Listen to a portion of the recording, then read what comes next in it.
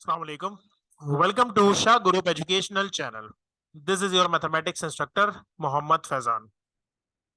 Class 9, subject mathematics, chapter name is quadratic equation. What we will learn in this lecture, quadratic equation. तीन तरीके थे इसको solve करने के, जिसमें से दो हम पढ़ चुके हैं लास्ट लेक्चर में। मिडिल टर्म ब्रेक यानी कि फैक्टराइजेशन हमने पढ़ लिया और कंप्लीटिंग स्क्वायर पढ़ लिया। आज हम पढ़ेंगे क्वाड्रेटिक फॉर्मूला, उसके एग्जांपल करेंगे और उसके सेक्शन बी के सवाल करेंगे। सो स्टार्ट करते हैं। क्वाड्रेटिक इक्वेशन किसे कहते हैं, लास्ट लेक्चर में देख चुके हैं कि quadratic equation is any equation that can be rearrange in standard form. Standard form हमारी ये होती है, यानी कि वेरिएबल का स्क्वायर होगा, फिर वेरिएबल होगा, फिर नंबर होगा।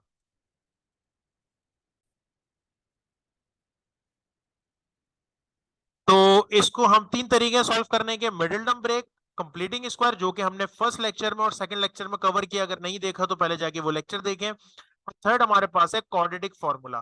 क्वाड्रेटिक फॉर्मूला होता क्या है वो मैंने आपकी आसानी के लिए यहाँ लिख दिया है, इसको याद करना है। फिलहाल अपने पास कहीं लिख लें ताकि जब मैं अप्लाई करूं तो आपके लिए आसानी हो।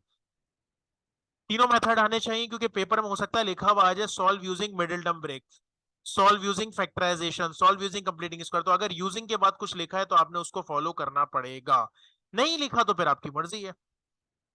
जैसे फिलहाल लिखा हुआ है यूजिंग द क्वाड्रेटिक फॉर्मूला, तो क्वाड्रेटिक फॉर्मूला अप्लाई करना पड़ेगा। क्या तरीका होता है, बड़े आसान सवाल है। पहला सवाल समझ में आ जाएगा, आगे के सवाल आपको समझ आ जाएंगे। इसमें करना ये होता है कि पहले आपको अरेंज करना होता है। जैसे मिडिल टर्म ब्रेक में सब एक तरफ लेकर आते थे ना, लेकिन कंप्लीटिंग स्क्वायर में मामला अलग था, कांस्टेंट अलग होता था। इसी तरह क्वाड्रेटिक फॉर्मूले में आपने तमाम वैल्यूज को एक तरफ लेके जाना है, यानी 15 वहां से यहाँ आके माइनस का हो जाएगा। फिर आप लिखेंगे here, here a is equals to, b is equals to और सी इज इक्वल्स टू। बेटा ए की वैल्यू वो होती है जो एक्स स्क्वायर के साथ हो, यानी कि 1। बी की वैल्यू वो होती है जो एक्स के साथ हो, यानी कि -2। ठीक है, माइनस बी है। सी की वैल्यू वो होती है जो आखिरी का कांस्टेंट है, यानी कि -15। नाउ फॉर्मूला अप्लाई करते हैं। X is equals to -b plus minus b square -4ac upon 2a। चलें वैल्यूज पुट करते हैं। माइनस बी की जगह क्या आ जाएगा, -2। बी की जगह क्या आ जाएगा, -2। 4 ए की जगह क्या आएगा बेटा 1, और सी की जगह -15। नहीं, आसानी से मैंने क्या किया, मैंने सिर्फ वैल्यूज पुट की हैं। ए की जगह 1 रख दिया, बी की जगह 2 रख दिया, सी की जगह 15 रख दिया माइनस का। ए की जगह यहाँ भी क्या आ जाएगा 1। तो इस फॉर्मूले में बस वैल्यूज पुट करनी है। अब कैलकुलेटर का काम है, बड़ा आसान सा। माइनस माइनस प्लस का 2 हो जाएगा, स्क्वायर से माइनस खत्म हो जाता है ना, 2 2 4 हो जाएगा। बेटा माइनस माइनस प्लस हो जाएगा 4, ये तीनों आपस में मल्टीप्लाई हो रहे हैं। 4 1 4, 4 15 होता है 60, फिर 2 1 2। अब क्या करेंगे, 2 प्लस माइनस अंडर रूट। बेटा 60 प्लस 4 कितना हो जाएगा, 64 डिवाइडेड बाई 2।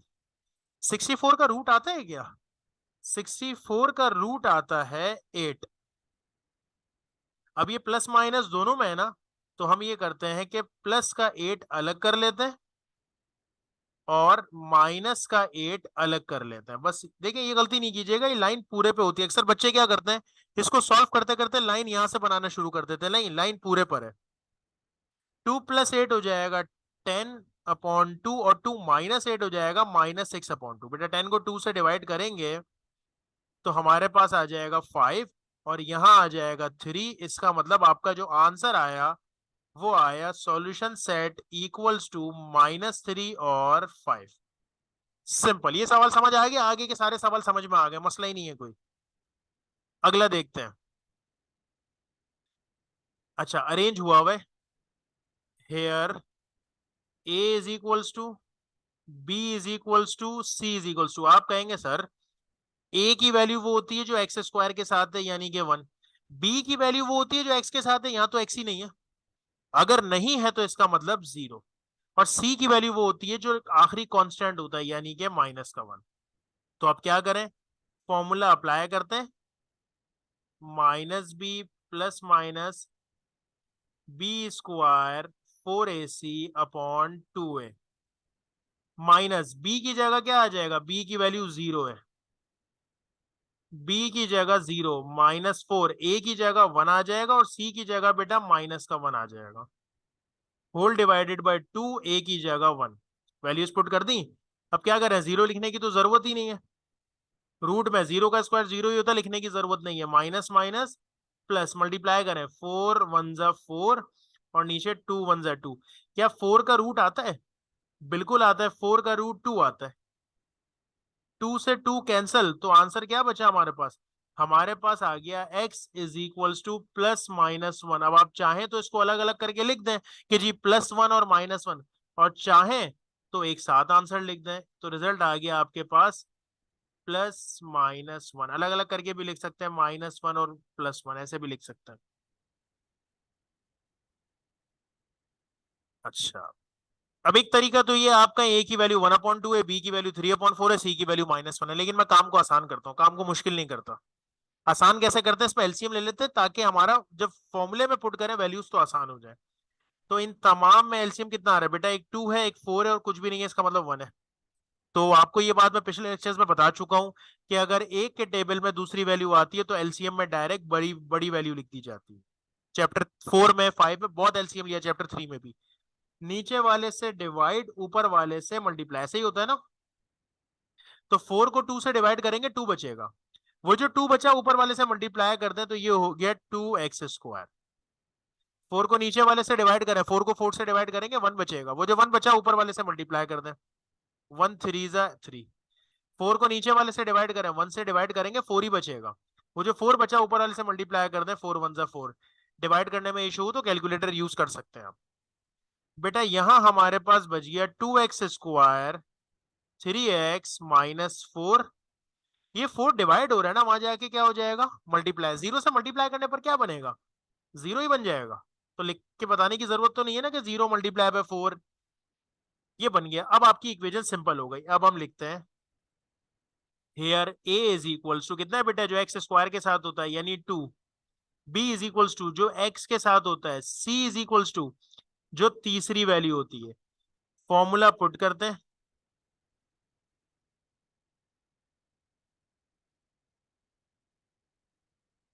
और वैल्यूज पुट करते हैं। बेटा माइनस b की जगह क्या आ जाएगा? 3, प्लस माइनस b की जगह क्या आ जाएगा? 3 का स्क्वायर। 4, a की जगह क्या आ जाएगा? 2, c की जगह क्या आ जाएगा? -4, होल डिवाइडेड बाय 2, a की जगह क्या आ जाएगा? 2। जब सिंप्लीफाई करेंगे तो ये बचेगा माइनस का 3। 3 का स्क्वायर कितना हो जाएगा? 9, माइनस माइनस बेटा हो गया प्लस। मल्टीप्लाई करें, 4 2 जा 8, 8 4 जा 32 डिवाइडेड बाय 2 2 जा 4। तो माइनस का 3 प्लस माइनस रूट में कितना बचा? 9 और 32 मिलके कितना हो जाएगा? 41। चेक करें 41 का रूट क्या होता है। 41 का रूट पॉइंट्स में आता है। अच्छा, जब पॉइंट्स में आए तो आप एलसीएम ले लिया करें, लेकिन 41 का एलसीएम भी नहीं आएगा, एक प्राइम नंबर आएगा। तो इसका मतलब आपका आंसर यहीं पर ही आ गया। अगर ये मजीद सॉल्व हो रहा होता तो हम बिल्कुल करते, लेकिन अगर मजीद सॉल्व नहीं हो रहा तो बस फिर यही हमारा आंसर है। मजीद सॉल्व कैसे हो रहा होता कि भाई या तो 41 का रूट आ रहा होता या फिर हम एलसीएम लेते। जब कुछ भी नहीं हो रहा तो बस फिर यही आंसर है। अच्छा, पहले क्या करना पड़ेगा? पहले सिंप्लीफाई करना पड़ेगा। सिंप्लीफाई कैसे करते हैं बेटा? दोनों के डिनोमिनेटर लिखे जाएंगे, ऐसे ही होता है ना। तो ये हो जाएगा x+4 और दोनों के डिनोमिनेटर देखिए अलग अलग है। x-4 दोनों आ गए। क्या तरीकेकार होता है? नीचे वाले से डिवाइड, ऊपर वाले से मल्टीप्लाई। इन दोनों को जब मैं इससे डिवाइड करूंगा तो x+4 कैंसिल हो जाएगा। बचेगा क्या? बचेगा x-4 जो ऊपर वाले से मल्टीप्लाई हो गया।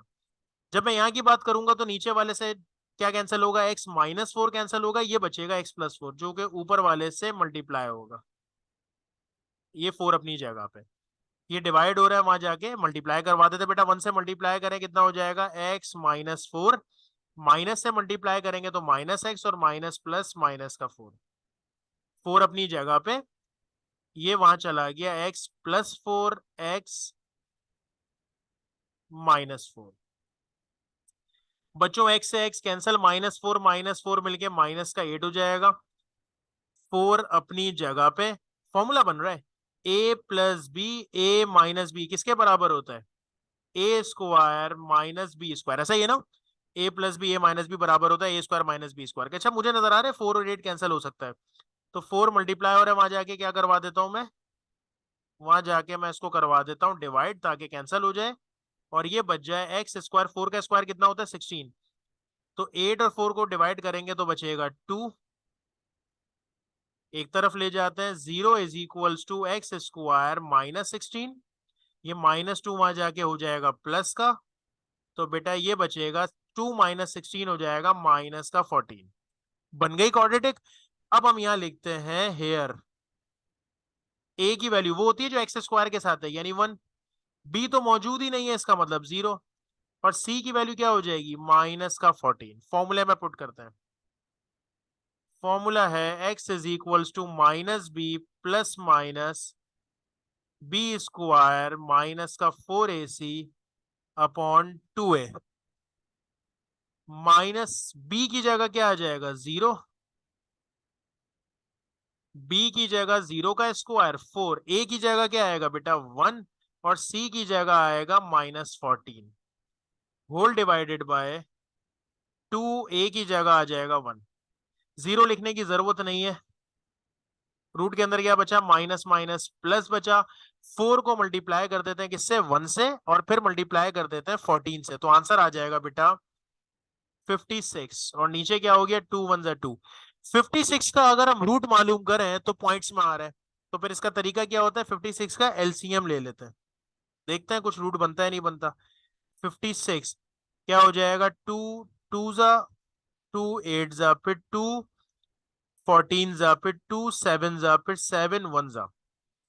आपको याद होगा ये चीज हमने बहुत पढ़ी है, नहीं पढ़ी तो वापस बताता हूँ, नहीं याद तो वापस बताता हूँ, कि जिसका पेयर बन जाता है वो रूट से बाहर आ जाता है, और जिसका पेयर नहीं बनता वो रूट के अंदर रहता है। रूट के अंदर क्या रहेगा? 2 भी रहेगा और 7 भी रहेगा, ये 2 भी रहा, ये 7 भी रहा, और होल डिवाइडेड बाय 2 है, तो 2 से तो 2 कैंसिल हो गया, तो प्लस माइनस रूट के अंदर क्या बचा? 2 7 जा 14, ये आपका रिजल्ट है। तो बच्चों सॉल्यूशन सेट हमारे पास आ गया +-14। तो जब डायरेक्ट रूट ना आए, पॉइंट्स में आए, तो क्या करें? एलसीएम लें, और एलसीएम में जिसका पेयर बन जाता है वो रूट से बाहर आ जाती वैल्यू, जिसका पेयर नहीं बनता वो रूट के अंदर रहती है।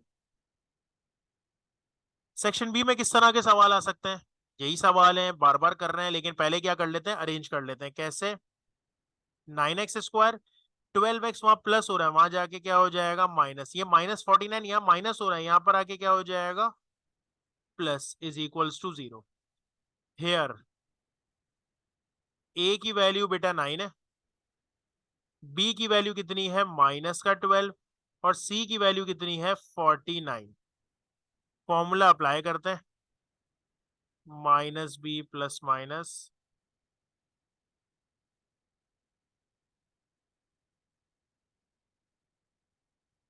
माइनस बी की जगह क्या आ जाएगा? -12 प्लस माइनस बी स्क्वायर की जगह क्या आ जाएगा? -12 का स्क्वायर -4, ए की जगह क्या आ जाएगा? 9, और सी की जगह क्या आ जाएगा? 49 होल डिवाइडेड बाय 2, ए की जगह क्या आ जाएगा? 9। अच्छा फिर क्या करते हैं? x इज इक्वल टू बेटा माइनस माइनस ये प्लस हो जाएगा, स्क्वायर से माइनस खत्म, 12 का स्क्वायर आ गया 144। ये तीनों आपस में मल्टीप्लाई हो रहे हैं, कौन कौन?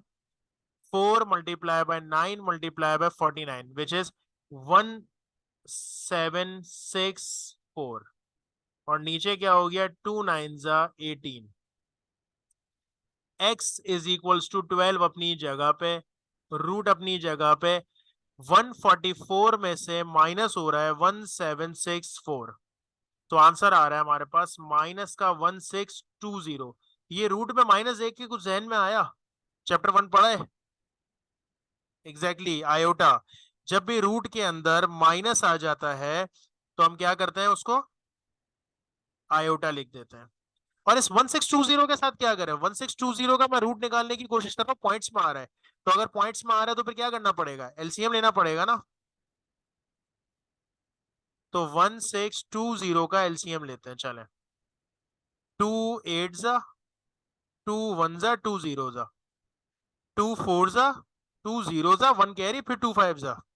डायरेक्ट 2 5 जा 10 मत कर देना, दो डिजिट एक साथ ले रहे हैं बेटा। 2 से कैंसिल नहीं हो सकता, 3 से हो रहा है। 3 1 जा 1 कैरी 3 9 जा 1 कैरी 3 5 जा। फिर 3 से कैंसिल करते हैं, 3 6 जा 18 1 कैरी 3 5 जा। अब मेरे ख्याल 3 से कैंसिल नहीं होगा, अब 5 से होगा। 5 1 जा 1 कैरी 5 3 जा। फिर 13 से ही हो सकता है। जिसका पेयर बन जाता है वो कहाँ आ जाता है, रूट से बाहर आ जाता है। तो 2 और 3 बाहर आ गया, और अंडर रूट के अंदर क्या रहा, जिसका पेयर नहीं बना, यानी 5 और 13। और होल डिवाइडेड बाय क्या मौजूद है, होल डिवाइडेड बाय 18 मौजूद है।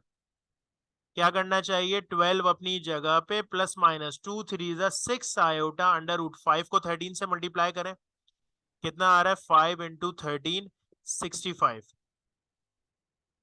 होल डिवाइडेड बाय 18, कुछ कॉमन आ रहा है दोनों में से, क्या कॉमन आ रहा है, 6 के टेबल में दोनों आते हैं, तो 6 2 जा, और यहां बच गया 6 चला गया तो आयोटा अंडर रूट 65 बच गया, 18 अपनी जगह पे।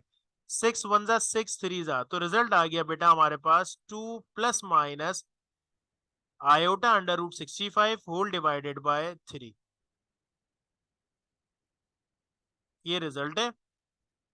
सॉल्यूशन सेट में लिख देते हैं इसका आंसर, माइनस नहीं plus 2 plus minus iota under root 65 divided by 3, ये आपका रिजल्ट। Got it. इसी तरह का अगला सवाल है, ये तो बड़ा आसान है, सिंपल सा सवाल है। ए बी सी की वैल्यू दी हुई है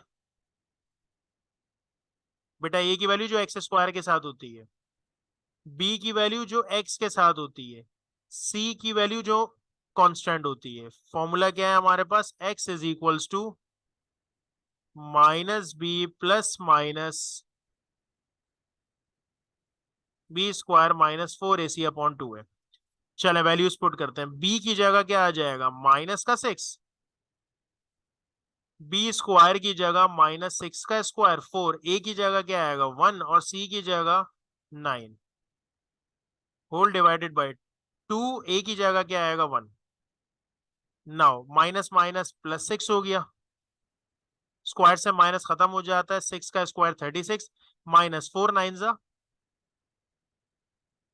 36, 2 1 जा 2।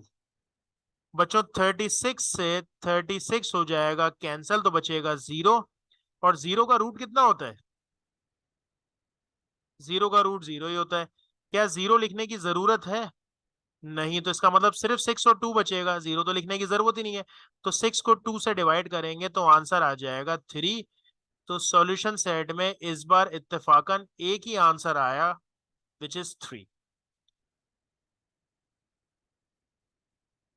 अरेंज करें इसको पहले, कैसे अरेंज करेंगे, एक्स स्क्वायर यहां लेकर आते हैं, 3x स्क्वायर, ये 2x ऑलरेडी यहां पर मौजूद है, ये प्लस 9 वहां जाके क्या हो जाएगा, minus 9 is equals to 0।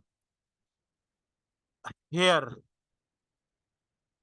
a की वैल्यू है बेटा 3, b की वैल्यू है 2, c की वैल्यू है -9।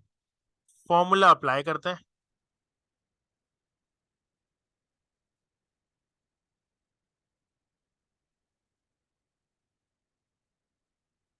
माइनस b की जगह क्या आ जाएगा 2, b की जगह आ जाएगा 2 का स्क्वायर 4, a की जगह क्या आ जाएगा 3, और c की जगह -9 होल डिवाइडेड बाय 2, a की जगह आ जाएगा 3।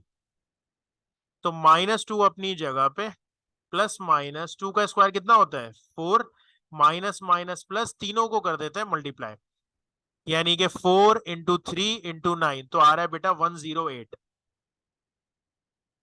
Whole divided bye 2 3 6। क्या करना चाहिए, x is equals to minus का 2 प्लस माइनस 108, और 4 कितना हो जाएंगे 112। इसका मतलब 112 का डायरेक्ट एलसीएम नहीं आता, आई मीन डायरेक्ट रूट नहीं आता, तो एलसीएम लेना पड़ेगा। 112, चल एलसीएम लेते हैं, 2 5 जा 10 1 कैरी 2 6 जा, 2 2 जा 4 1 कैरी 2 8 जा, 2 1 जा 2 4 जा, 2 7 जा, और 7 1 जा। जिसका पेयर बन जाता है वो रूट से बाहर आ जाता है, यानी कि x is equals to -2 plus minus, बेटा एक 2 और एक 2, दो 2 बाहर आ गए और रूट के अंदर रह गया 7। ओके, कुछ कॉमन आ रहा है दोनों में से? माइनस का नहीं, बल्कि सिंपल 2 कॉमन आ रहा है, तो यहां बचेगा -1 प्लस माइनस, एक 2 चला गया तो एक 2 बचेगा, कैंसिल हो रहा है क्या? 2 1 जा और 2 3 जा, तो x का आंसर आ गया -1 प्लस -2√7/3। ये आपका रिजल्ट है। सॉल्यूशन सेट लिख देते हैं। माइनस का 1 प्लस -2√7/3। तो लॉजिक समझ में आई? अगर सवाल में आपसे कहते हैं सॉल्व, तो इसका मतलब आपकी मर्जी, आप किसी भी तरह सॉल्व करें, तीनों में से कोई सा भी मेथड यूज कर सकते हैं। लेकिन अगर सवाल में कहते हैं यूजिंग फैक्टराइजेशन, तो मिडिल नंबर ब्रेक करनी पड़ेगी। यूजिंग कंप्लीटिंग स्क्वायर, तो a plus b whole square का फॉर्मूला बनाना पड़ेगा। और यूजिंग क्वाड्रेटिक फॉर्मूला, तो फिर ये फॉर्मूला अप्लाई करना पड़ेगा। असाइनमेंट दे रहा हूं कुछ, जरूर इसकी प्रैक्टिस करनी है, इंपॉर्टेंट सवाल है। यहाँ आपको ये बता देता हूँ, a की वैल्यू कितनी है 10, b की वैल्यू 19 और c की वैल्यू -15। फॉर्मूला अप्लाई कीजिएगा, आंसर आ जाएगा आपके पास -5/2 और 3/5। रीचेक कर लीजिएगा इसको। एक ये भी सवाल है, इसमें a की वैल्यू कितनी है? इसमें a की वैल्यू क्या है? 4। b की वैल्यू होती है जो x के साथ होती है, यानी कि -10। और c है ही नहीं, जब है ही नहीं कांस्टेंट, तो फिर c की जगह 0 आ जाएगा। फॉर्मूले में पुट कीजिएगा, इसका रिजल्ट बनेगा 0 और 5/2। कुछ एमसीक्यूज करते हैं इसके। The quadratic formula, quadratic formula बताना है, बार बार अप्लाई किया हमने। -b plus -b² upon -4ac/2 है। How many maximum roots of quadratic equations are? Quadratic equation के मैक्सिमम रूट्स, यानी कि मैक्सिमम आंसर कितने आते हैं? दो आते हैं। एक प्लस में होता है रूट और एक माइनस में होता है। A quadratic equation in one variable has, अगर एक वेरिएबल वाला क्वाड्रेटिक इक्वेशन है तो उसके आंसर्स के, उसके रूट्स कितने होंगे? तो हम जो अभी सवाल कर रहे हैं उसमें एक ही तो वेरिएबल है, तो और आंसर कितने आते हैं, रूट्स कितने आते हैं इसके? दो आते हैं। तो इसका मतलब इसके भी क्या आंसर होगा? 2 roots. The quadratic in one variable has 1 root, 2 root, same हो गया ये। तो वन वेरिएबल के कितने रूट्स होते हैं? 2 रूट्स होते हैं। If in a quadratic equation c is equals to 0, then one root of the quadratic equation must be, अगर तीसरी वैल्यू 0 हो जाती है, यानी जो कांस्टेंट है वो 0 होता है, तो आपका एक ना एक आंसर याद रखिएगा 0 जरूर आता है। मैं आपको दिखाता हूँ, ये देखें, इसमें देखें c नहीं है ना, अगर c 0 है तो आपका एक आंसर 0 का जरूर आएगा। ये हमने पहले मिडिल नंबर ब्रेक वगैरह में भी किए ना, तो आप देखिएगा जिसमें c नहीं होगा, कांस्टेंट नहीं होगा, उसमें एक आंसर आपका 0 जरूर आ रहा होगा। तो इस एमसीक्यू का आंसर क्या हो गया कि अगर c की वैल्यू 0 है तो एक आंसर आपका 0 जरूर आएगा। सो होपफुली बात समझ में आ गई होगी। क्वाड्रेटिक इक्वेशन का ये टॉपिक हमारा कंप्लीट हो गया।